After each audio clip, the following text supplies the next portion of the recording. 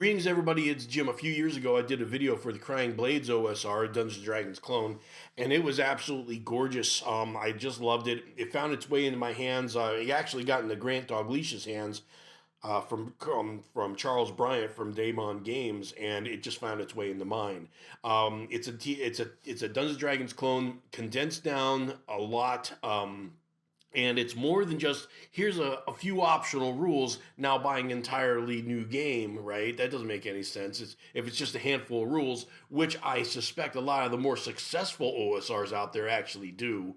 But this one really feels like it's its own game using the Dungeons and Dragons rules. So book one's about the normal rules. Book two's about magic users. Book three, which is yet to come out, is about the bestiary. I figure that one would be a little bit easier, but it hasn't come out yet in the last few years. So I'm hoping Charles and gang at Daemon Games get this thing out because it needs to be, the trifecta needs to be completed.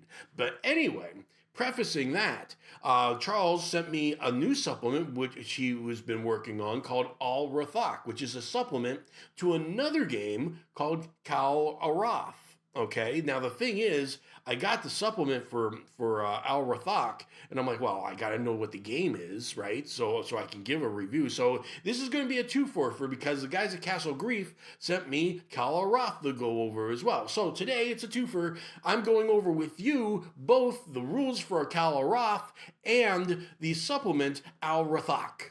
So Kal-Arath is made for one or more players. It's really meant to be solo. That's when they say one or more players, it's meant to be a solo game. But however, you can play it with more players, which would probably be really great for anybody that might be intimidated by role-playing games because, most role-playing games is 8 to 16 pages of actual rules that you need to know, and it's not even that hard. But people, when they see the myriad of books that you have, are just thinking that they've got to read them all or go through them all, and they get like, oh, I'm out of here. Well, the thing about Kal-Arath is it resembles, since it's solo play focused, it resembles maybe a slightly advanced version of the Lone Wolf series books or any of those solo books that were back in the day, with the Lone Wolf ones, I think, being probably the best rule set for them. But it's a little bit more advanced than that. But the thing is, with the Kal-Arath, it's supposed to be meant to have adventures that you maybe just need some dice, some paper, and that's it. Not like other solo games, like you're playing the Fantasy Trip solo adventures. You got to break out the whole game, right? Any other ones, you pretty much have to do a little bit more. Kal-Arath is really, you have your book, your adventure, and it's just sitting right there, and you have your pencil and paper and dice, and that's all you need. So you can just play it anywhere. So the first thing they mention is kind of the style, which is pretty much the barbaric fantasy, whether it be Conan, the Mork board games or barbaric. I mean, you get the idea and you'll see it with the artwork that this is definitely barbaric fantasy where magic is really destructive and risky and rare. So it's that's what they're going for here, where pterodactyls are the dragons in this game. So definitely prehistoric kind of Conan fantasy. The core of any game is, of course, its resolution system, and this is how it really works. When you start the game, you get 5 stats: strength, toughness, agility, intelligence, and presence. Not rocket science to figure out what those are all about. You're going to get 4 points to put in those 5 stats with no more than 2 in any one stat, and you do get a chance to give a -1 to one of those stats and then put 1 more point into something else. Again, only a maximum of 2 though, but if you want to say that your strength is actually at -1 and give your toughness a +1, you can do that. Now, the thing is, the system works on a 2d6 system. So you're rolling 2d6, you're adding your attribute, and then you're trying to beat a target number. Usually it's 8. Okay, so the +2, will probably matter if you max it out as much as you can at the beginning of the game. So very straightforward. Anybody can understand that. So I'm a fan so far, right? Leveling up is based on XP, and basically the idea is you get 1 experience point per session. And then maybe 2 if something happens, like you reach a certain milestone, complete a quest, or you just had a really fun time, come up with some ideas, whatever. But no more than 2 XP any session. And leveling up's kind of exciting. You can get 1 point in any stat up to a maximum of +5, or you could press your luck and get more hit points. You rolled 6d6. If you roll more than your current hit points, you gain d6 hit points. If you roll equal or less, you're only gaining 1 hit point. So, I think that makes the average hit points probably around 18 before you really start saying, I'm just going to keep putting in stats, which is going to be much more beneficial than just 1 hit point, I'm sure. Then you got skills at different levels. This kind of resembles the old feats because I think it happens on every the 3rd, 5th, and 9th. At first level, you get 1, 2, but 3rd, 5th, and then 9th, you have to wait 4 levels actually. Then that 9th level is the max attainable. And then you get a skill depending on whatever class you have. Some skills can only be taken once, some other ones stack. Now, as you can imagine, combat is going to be very simplified, and they do the job well here, I think. So initiative is d6 plus agility, and if you get a 4 or more, your side goes first. Simple as that. Now, you could, as the game master, make it a little bit more granular by saying everybody roll their own initiative, and every person goes at their rate. That's probably better for, of course, smaller battles, not bigger ones, which Kal-Arath would definitely, you'd see a lot of bigger battles, and we'll get more into that when we get into the morale rules. Now, attacking and defending is simple as this: 2d6 plus strength versus 8 to succeed. With a melee attack, you use 2d6 plus your agility for a missile attack, 2d6 plus intelligence for a magical based attack, with a dodge roll for the opposition being 2d6 plus agility. Now, maybe some magical attacks or resisting a magical attack would be a 2d6 plus intelligence kind of a opposed roll there. So now, as far as damage dice, they do explode, but they only explode once. So if you're rolling 2d6 for damage, let's say, any 6s are re-rolled and they are added to the total, but it only happens once. So it's a maximum of 24 damage points. So there's a nice little limit there. Then we get into the death and wounding table, which I think is pretty cool. When you reach 0 hit points, it doesn't say you go into negative, and I don't think it does, actually. I'll get into that in a little bit. But you roll on the death and wounding table if you get to 0 hit points, right?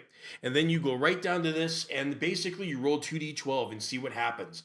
On the 7 or 8, you're just unconscious. Anything more than 7 or 8 is kind of like maybe stunned or just something small. But anything going towards a 2 can go anything from you're out of the game, you're out of the battle no matter what. Anything less than a 7, okay? So broken / pierced, you got something shattered, you got a destroyed limb, or you have a fatal wound, which you die in d6 rounds anyway, or just a 2, which is instant death. Now the thing is here, rolls are made cumulatively at -2 each time thereafter that an individual takes 0 hit points. An individual at 0 hit points takes damage. So you're slowly crawling towards that instant death line. So pretty deadly, but yet at the same time a little cinematic. Because you could pretty much stay alive a lot longer. Now, like I said, doesn't seem like they go in the negatives. Once you're at 0, you're just at 0, because after a battle, all characters immediately gain 1 hit point plus their toughness score, okay, with a minimum of 1 at the battle's end. So the reason I say that they don't go in the negatives, because, if you're going to get -6 or -5, you're not going, unless your toughness is through the roof, which maximum can only be +5, which means you can only get 6 hit points back at most. I'm thinking that they're keeping it at 0, okay? And that's fine. As funny as that is, it seems like that's a little cinematic, but at the same time, when you're getting hit, you're constantly rolling. So in a way, it still feels deadly, and there's always a risk involved, but yet there's a lot of leeway that you're getting away with staying alive. So when you're borderline at 0, it really keeps you out of the fight, but doesn't kill you like in other games, like the fantasy trip, which just says, oh, you're at 0, tough, you're done, no rolls, no nothing. So kind of like this idea, and you could probably use it in your other games, quite honestly. That's really nice. Now, it does say here, there are things in this game, by the way, and I'll make a point about that later. But anyway, then we go to morale, and it's very good. It's very basic, but it makes sense, and it should be in every old school game, quite honestly. Even the fantasy trip has it, but only in supplements. In the older versions, actually in the newer versions, a lot of it's fight to the end. In the newer Legacy Edition, a lot of that's there. The older version, there was morale. So anytime you're reduced in total number by 50%, or you or somebody individual takes damage equal to 50% or greater of its hit points in one hit, or they lose a group loses their leader. You roll 2d6 on the morale rating, and they flee if it's equal or lower. Oh no, if it's more. If it's equal or lower, they continue fighting. So the more morale they have, higher the number, the better it is for them. So I really think that's important. And another reason that's important, it allows you to, because when I was first introducing or reading a lot of these OSR things, especially in the fantasy trip, a lot of the older stuff, you were getting there was 12 to 24 beasts around you. I'm like, how are they going to survive? I can do the math in my head. This ain't going to last long. It's because of morale. So that's a big deal. Now we get into magic. And that one's pretty cool because there are 6 schools, you could say. They're demonic pacts, which is probably a better way of saying it. But you could say that they're schools, right? So there's a limited number of spells in each. There's only 5 spells in each pact at this time of this core rule writing. Other supplements will have more, they say. But the thing is, I like that because it's just condensed. It's like, okay, it gives every one of these demonic pacts a specific flavor, and they're not balanced either. There's spells that are really major game-changing effects, they say, but at the same time, when you are casting these spells, they're not without a cost, like the demonic pacts. You just don't control the ether and stuff like that because you're really super smart. You're making a deal with the devil basically, and there's a chance for catastrophe at any instance. So it's like magic is a big thing. Even the smallest of spells come at a risk. So I really like that how they handle magic. So I like a little bit of what they do with equipment and weapons and armor here. Now, basic equipment, if you want to buy something, basically they put it into 3 tiers of categories. Like D6 silver, D6 times 10 silver, and D6 times 100 silver, okay? They just put it in 3 categories, and they say, okay, so for something like rough clothes or lodging at a poor looking inn or something like that, you roll D6 and that's how much silver it costs. You want to buy a good horse, it's D6 times 100. Now, obviously the scale goes up and down pretty readily, so you still as the game master can make some kind of adjustment. So if you're going after a good horse and you roll a 1, then it's only going to cost 100 silver. What's the story behind that? You can make one, whether the guy's trying to trick you or he's just not a good negotiator, or he's desperate for money, or the horse may be at the bottom tier of good, or it's good, but it's not, it's like, he's getting old, right? At the same time, he's on that verge of getting old. There's all kinds of things you could do with that. Now, going to weapons and armor is actually pretty cool. I really like how they do this. Damage for all light weapons is D6 at a disadvantage. So you roll 2d6 and you take the worst. So that's pretty good. And it's almost weird because they call it D6/D to make the roll, but yet you're rolling 2d6. So it's kind of like, but I get it. That's fine. Now, and medium weapons, you roll a d6 straight up, and then heavy weapons do, as you can imagine, D6 with an advantage, right? So what's the big deal here other than, what differentiates each weapon? That's what's really nice here. Each weapon has something that makes it special, like a flail will ignore shields. A sword, if it does on a critical dodge success, you can immediately make another counterattack. Every one of them has something special. And I almost really wish that a lot of other games would do that. Like, again, I'm going to go back to the fantasy trip because it's what I really know. Other than the name of the sword and its damage going up by 1 or 2 points, there's nothing too different about it. This one gives everything a little flavor. And I'm glad that this is one of the benefits from having a condensed list of weapons that you can pick from. If you try to make every weapon conceivable, now there's no flavor, right? Because now you're going to have to make 2 things that do the same thing, or nothing at all, nothing fancy at all. This just really, I like that it's a lot. Armor seems to be the most basic thing here, and then we get into gameplay. So it goes right from the weapons and stuff, and that's it. That's it for weapons, by the way. It's not really a hard list at all. Then we get into gameplay. Was what fate brought you here? What's your big quest? Now these are you're not limited to these. You got one that you want to make up, you can. But this will get you started. You're seeking a legendary rune. Your desire to find a battle barge carcass or something like that. There's all kinds of crazy ones in here, and they vary from in degrees, I'm sure. The thing is about this is your quest. And once you finish your quest in this game, then you get to roll on another chart to see what happens to your character. Do they retire or do they do something else? And that makes sense because these are you are risky. This world is really rough, and it's like once you finish your quest, you could very well just want to retire to a farm.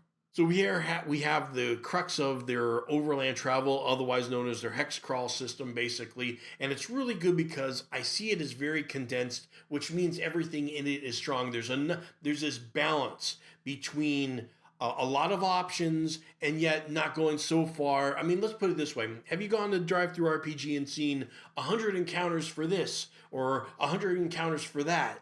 I can tell you, I made the Labyrinth encounter cards for the fantasy trip. Getting to 50 was easy.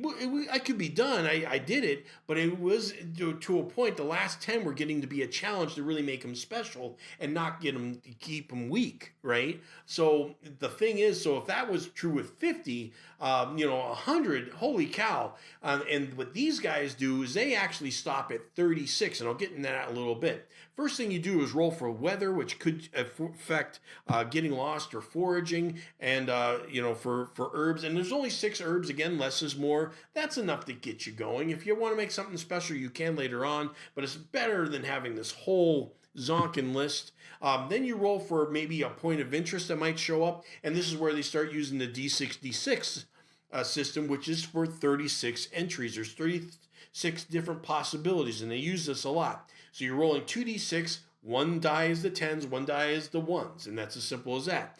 This has been used in the fantasy trip. I've seen it in Hexagram, and just a few days ago, I did a video about fighting Sail. I know a lot of you are role players, and role players don't necessarily go to the war games that I cover, and vice versa, unless you're an oddball like Ardwolf and myself, which do both. But basically, they do that that's how they do to hits in fighting Sail. They roll D66, and if it's under like 54, it hits. It's pretty wild, but I like it. But this makes 36 different things for encounters or whatever. So points of interest, 36 different ones there. You can roll for encounters. They got 36 different encounters. Then you can what happens when you camp and recover. And then if you do find settlements, you find out what kind of settlements they are from big to small. And the dominant faction or groups that are within or NPCs. You can find out their roles, motivations, traits, rumors and opportunities, and those 36, those D66s, there's enough there that this can easily make a lot of oddball stuff without going over the same old thing all the time. I really like the way they do dungeons here because there's a lot of, if you're trying to make your own, there's a lot of analysis paralysis. You're trying to make them. If you've never made them before or not too much, you're thinking, what goes here? How long would this be? It's like these guys just say, shut up and do it. You take a number of dice based on the number of areas that you roll up. So it could be a small 3-area dungeon or a colossal 11-area dungeon. But you take the dice and you go shake a, no whammies, and you throw it on a piece of paper. And the ones that are closest to each other are directly connected. The ones that are further away, you might have to make stairs. You consider that a separate floor, whatever it is. And the number rolled actually pertains to what's in it. Is it empty if you roll 1, or is it a 6, a boss? Now, what happens if you roll multiple 6s? Well, you only have one 6 to worry about. at the DM's discretion, maybe, of course. But basically, the furthest one away is going to be the 6. Okay, it is a little bit, stereotypical that the boss happens at the end, not somewhere different. But it doesn't have to be a boss. It could just be a special room, right? And that could be a little closer. You could do what you want, though, but that's the point, yeah. And of course, they got obstacles and traps, foes that you can fight, in the items and treasure. I mean, so on and so forth, right? And then they have the different special bosses room. They give you a few examples here. Of course, when you come into the special adventures, this will change depending on what the author has created for it. Then they have a small bestiary here, which is enough to get you started with any kind of with a lot of creatures, just to get you going until you decide to make up your own. So with 56 pages, only 12 of them you really need to know to learn how to play this game, and they're not even full pages, right? They're not 8.5 by 11. It's digest form. Easily digestible, right?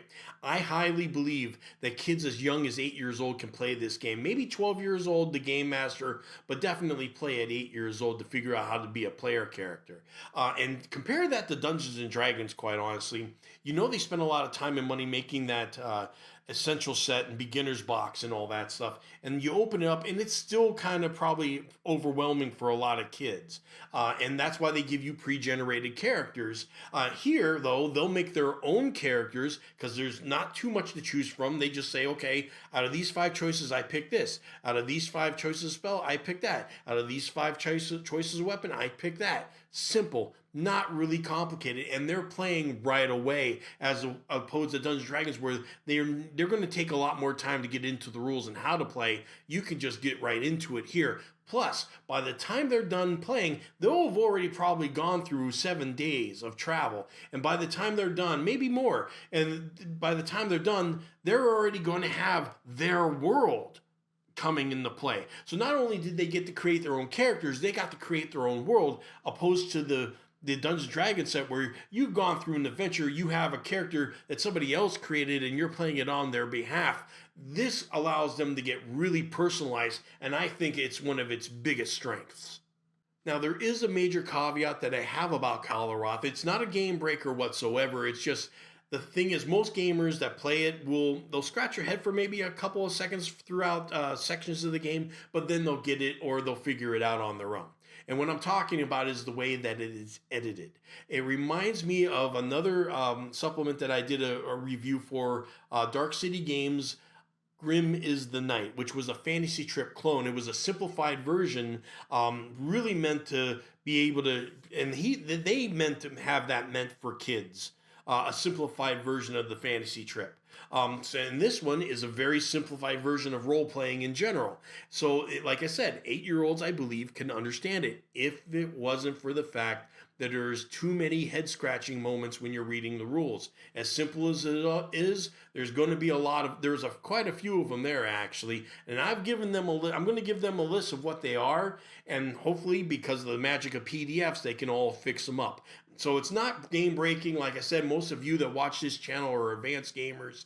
You're not going to have a problem getting through it. So now we're going to get into Al-Rathak. I mean, and quite honestly, if you're going to get Kal-Arath and you thought that was cool, you might as well grab this along at the same time. There's no reason not to. And there's a number of reasons why this is important, is because it shows you how easy it is to just insert your own world, make up your own world, and then insert it into the rules of Kal-Arath. Because again, Kal-Arath was only about 8 to 12 pages long. The rest was just a hex crawl. For Al-Rathak, all you have to do is take out the hex crawl of Kal-Arath and implement Al-Rathak in, or your own, okay? And make certain tables for what makes yours special. And you're going to find out with Al-Rathak, they're going to add a lot of sailing rules because there's a bit of sailing. So while Kal-Arath was all desert basically and landlocked, this allows you to go and add sailing to the mix, and now we can go on to different and more ancient lands. So if the title and the cover didn't give it away, we're going to go into an Alibaba and the 40 Thieves kind of vibe going on in here. And Charles Bryant really has a way to make, in the Crying Blades, he used all public image art, public domain art, but yet he positioned him in the right spots. He just has a really knack for it. And he does the same thing, I think, here. I think this is all public domain artwork. At least I think it is. Just really good ideas. And he makes his fonts are beautiful. I mean, he's got a nice, fancy font, but yet the font he uses is easy to read, yet it fits with the one above it. It's just nice, and I'm jealous of it completely. I hate him. Not a surprise in this campaign, but we're going to have a sailor, because we are going to be traveling to different lands by sea. So that makes sense. And then he has a new spell pact for the Pact of Immolation, which is all about fire. Only 2 new weapons in this, but that's good because, again, less is more. The Conjar and the Scimitar. The Conjar is going to be a light weapon, but it's because that's the only ones you can use when grappling, and this effect is about grappling. So when you're grappling with an enemy and you're both prone, the damage is going to be a D6 advantage, which is nice. And then the Scimitar, basically whenever damage is dealt, it ignores the effects of light armor. It can just get through light armor only. It's little things like that. So it's special, but it doesn't necessarily have to be groundbreaking. And then equipment, he actually adds 3 different categories: D6 times 50, D6 times 500, and 1,000. So obviously you're going to get your opportunities to buy ships. I don't know if Charles Bryant meant to do this, but it's kind of funny. It's like I'm seeing Kal-Arath now as is to the basic Dungeons and Dragons from the 1980s, while Al-Rathak is kind of like the expert set to Dungeons and Dragons in the 1980s because it's dealing with water and just expanding on more rules. So we got one that wasn't in Kal-Arath, but definitely should. Hirelings, servants, and crew. Maybe not crew for Kal-Arath because you're not dealing with ships, but hirelings and servants, absolutely. So you got everything from porters, scouts, caravan guards, what they cost, what their abilities are, and what any equipment they may have. So kind of pretty cool there. And then you got ship crew members that you can have, what their character traits and roles would be. You can expand on this a little bit more, but he keeps it pretty simple here. Now he's got new optional combat rules for chase and pursuit mechanics. If you're trying to escape or somebody else is trying to escape from you, there isn't anything in the core rules for that. Now we get into more of the game mastery stuff with the names of Al-Rathak. If you want masculine or feminine names, again, using the D66 system. So you got plenty of different names you can come up with on the fly. Now they have a version of what fate brought you here, not just for different, quests for this land, but also one big campaign one. So again, you roll 2d12 where you just pick one of the 12 kind of quests that your characters can go through, but there's a 13th one, and this one is only available if you or somebody in the campaign has found the source of the River of Tears, or they have received a title from the Sultan. Okay, so they get as a result of getting an audience with the Sultan. So this one's more of a campaign style and maybe even, in a world setting, like maybe you're playing with different groups and then somebody finally finds the Sultan of Tears, then all of a sudden something changes for everybody that plays in your campaign. So this 13th quest basically opens it up for everybody, because when the discovery of Jabal al-Jumjuma is found, it's actually known as Skull Mountain. It's a mega dungeon.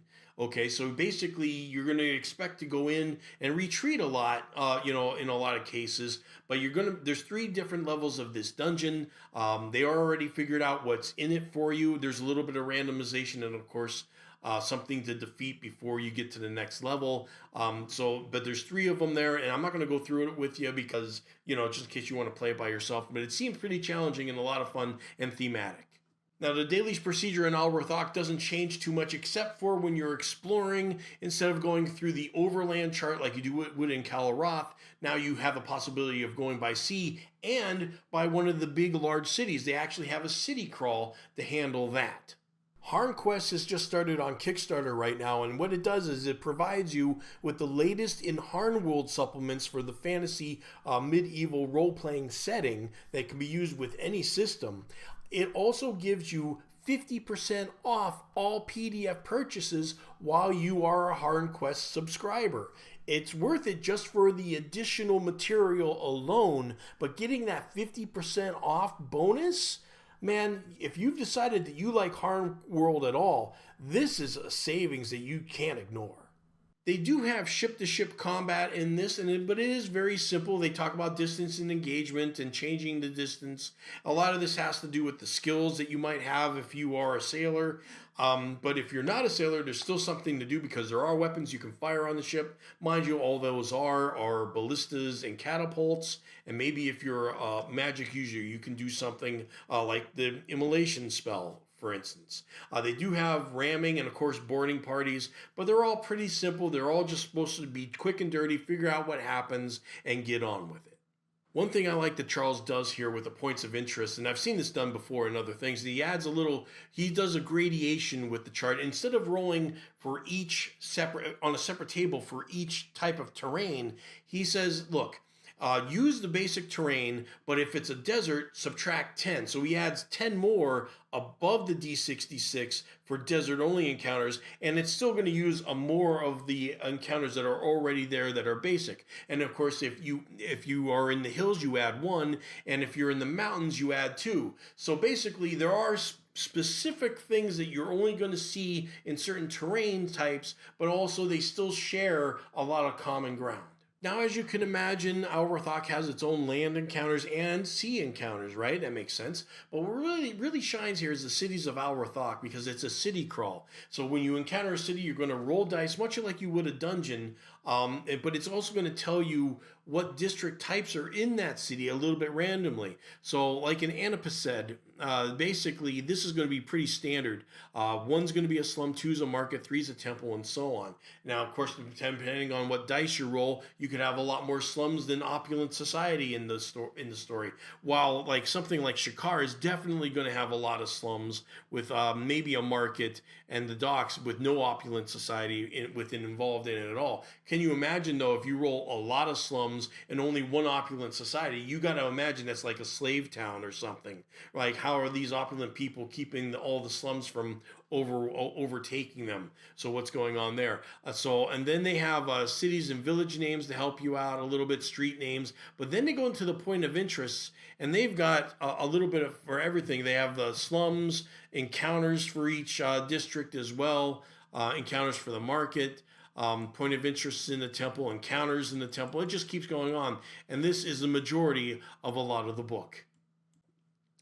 The city ambiance tables are something different, and it also is helpful because it finally explained to me what the oracle tables were in Kal-Arath. I didn't go over this in the video yet, but I definitely let them know because this doesn't let you know what these are used for at all.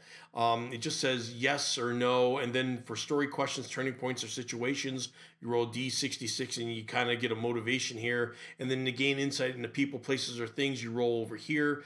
So basically, like for instance, you would roll for the slum for ambiance, and you get beggars, children's, and they have desperate souls cry out.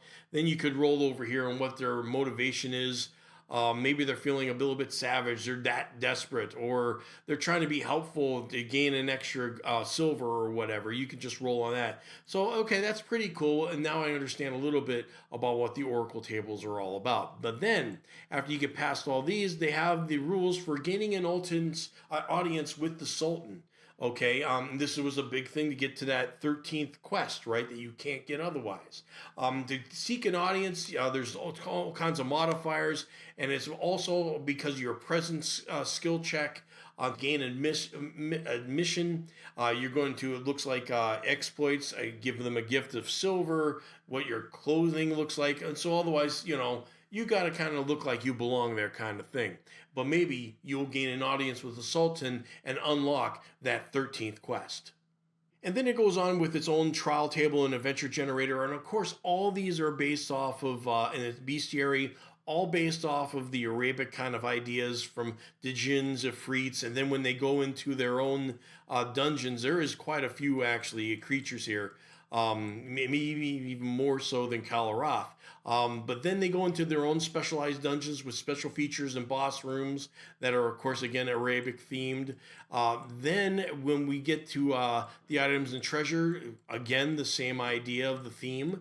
And then they go to the 7 voyages. Now, this actually might have not been in Kal-Arath, and I gave it credit for something that Al-Rathak did, what Charles did here. I'll have to look. But it's the 7 voyages. Basically, when you complete your quest from what fate brought you here, this is where you roll to see if you just retire or not, or do something different, or you continue. That's basically what that is. So the last section is how to use Al-Rathak with any RPG system, and that's simple enough. It's really a hex crawl generator for the most part. But if you really wanted to take things like the statistics and transfer them over, it helps you figure that out. And of course, Kal-Arath is kind of the same thing, actually, with the exception of 8 to 12 pages of rules meant for just Kal-Arath. It's a hex generator, a hex crawl generator. And these are both beautiful, and they're both tutorials, actually, of almost how to create your own. It makes me almost want to, that's for sure. Now, the question is, though, would I use this as an RPG system with multiple people, or would I just do it solo? Because again, the whole idea of the game is to play it solo. Mind's eye, pretty much, pencil, paper, dice, that's it. And the answer is absolutely yes, especially if they're younger people, like really young kids, or people that are intimidated with role-playing games in general.